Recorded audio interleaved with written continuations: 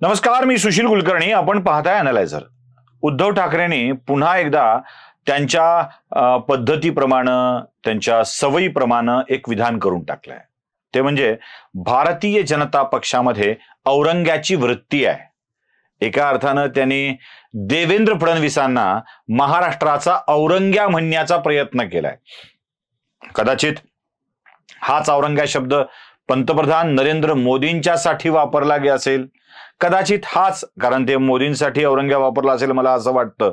मी शहांसाठी या म्हणत नाही, यासाठी की अफजल खान, शाहिस्ते खान या कॅटेगरीमध्ये त्यांनी अमित शहाना मागच्या वेळेला टाकलं होतं, म्हणून यावेळेला फक्त मोदी आणि फडणवीस असाच विचार आपण करतो. ही औरंग्याची वृत्ती असल्याचं सांगितलं. औरंग्याची वृत्ती काय हे बघितलं पाहिजे.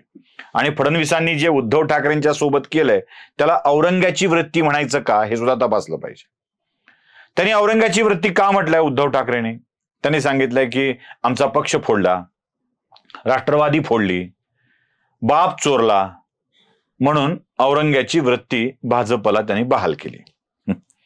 आता फोडलं म्हणजे हे जर औरंग्याची वृत्ती असेल तर औरंग्या मंदिरं फोडत होता म्हणून उद्धव ठाकरेंना तसं म्हणायचं होतं का, हा प्रश्न आमच्या समोर पडतो.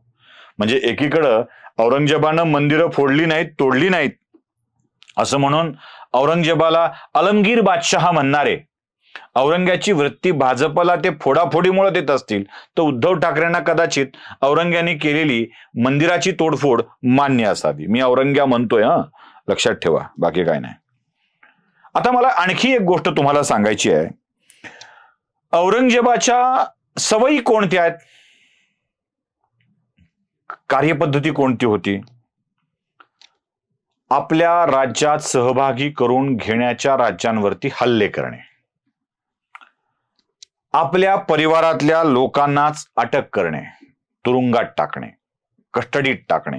म्हणजे पित्यांनी अवाढव्य महाल बांधायला सुरुवात केली म्हणून शहाजहानलाच तुरुंगात टाकलं, आपल्या भावाला तुरुंगात टाकलं, स्वकीयाला मारलं, आपलीच लोक दूर लोटली आणि औरंग्याचा राज्यकारभार चालू केला. आता मला सांगा, जो अडचणीचा ठरतोय त्याला अटक करण्याची वृत्ती औरंग्याची होती हे आपण इतिहासात बघितलं आहे. वर्तमानात कोणाची तुलना करायची? मला काही गोष्टी आठवतात फक्त. नारायण राणे मी तिथे असतो तर म्हणाले आणि नारायण राणेंना एक दिवस जेलमध्ये जावं लागलं. ते आता राहुल कुलकर्णी त्या तुरुंगाच्या भयानं कदाचित त्यांच्या विचाराशी, शिवसेनेच्या विचाराशी, राष्ट्रवादीच्या विचाराशी सहमत झाले असतील, पण त्याच राहुल कुलकर्णींना उद्धव ठाकरेंनी एक बातमी दाखवली आणि त्यामुळं अडचण झाली म्हणून आत टाकलं.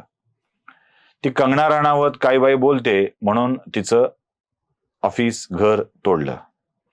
अर्णव गोस्वामी आपल्या टीव्ही चॅनलवरती काही बाई बोलतो म्हणून अर्णव गोस्वामीला उचलून आत टाकलं.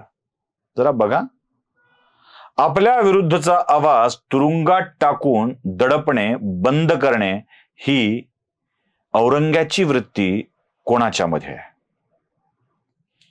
सोशल मीडियावर लिहिणाऱ्या एका त्या नेव्हीतल्या, मर्चंट नेव्हीतल्या जुन्या वयोवृद्ध अधिकाऱ्यांवरती मारहाण करणे ही वृत्ती कोणाची आहे? जरा तपासून बघितलं पाहिजे.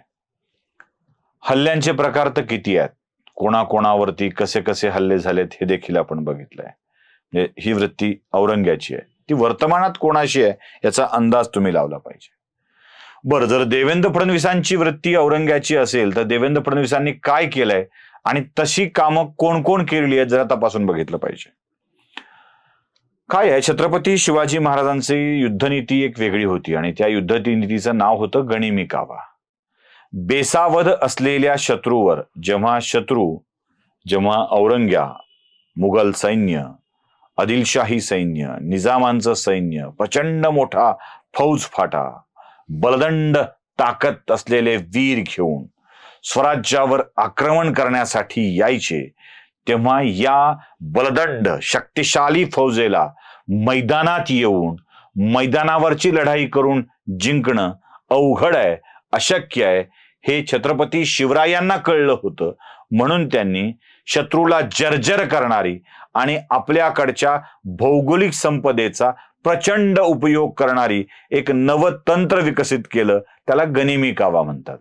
बेसावध असलेल्या शत्रूवरती अचानक छोट्या तुकडीनिशी तुटून पडायचं, सैरभैर करायचं, शत्रू घाबरून निघून जातो, पराभूत होतो. अशी अनेक युद्ध छत्रपती शिवरायांनी बुद्धी कौशल्याच्या जोरावर लढलेली आहे, त्याला आपण गनिमी कावा म्हणतो.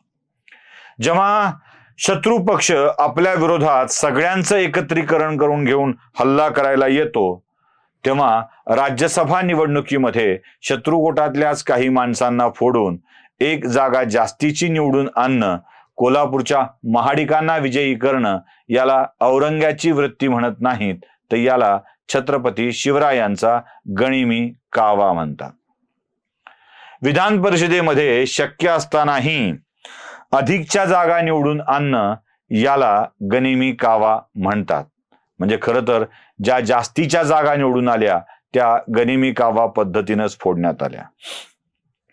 एकीकडं शिवसेनेचा वर्धापन दिन साजरा होत असताना, गंमत आहे, वर्धापन दिन साजरा होत असताना, प्रचंड कौतुक सुरू असताना, निवडणुकाचा हंगाम म्हणून सगळे आमदार एकत्रित केलेले असताना, आईच्या दुधाशी गद्दारी करणारी माणसं मला नकोत असं उद्धव ठाकरे भाषण करत असताना, एकनाथ शिंदे काही आमदारांच्या निशी अर्ध्या रात्री निघून जातात रपरप पडणाऱ्या पावसात, पन्हाळगडाच्या वेड्यातून सुटका, सिद्धी जोहरच्या वेड्यातून सुटका करून घेऊन जसे ते निघाले होते, तशी तुलना मी करत नाहीये, तशी उद्धव ठाकरेंच्या वेढ्यातून आपली सुटका करून घेऊन एकनाथ शिंदेंनी सुरत गाठलं आणि फडणवीसांनी जे काही घडवून आणलं, अर्थात ते कुणी घडवून आणलं की नाही यावरच्या राजकीय चर्चा होतात, याला गनिमी कावा म्हणतात.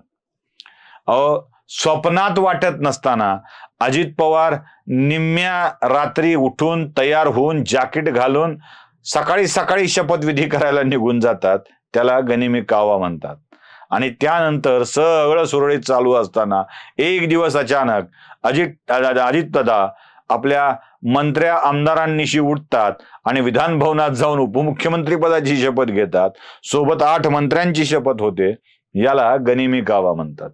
औरंग्याची वृत्ती आणि गनिमी कावा या दोन्हीच्या मध्ये खूप फरक आहे, हे उद्धव ठाकरेंना कळणार कसं?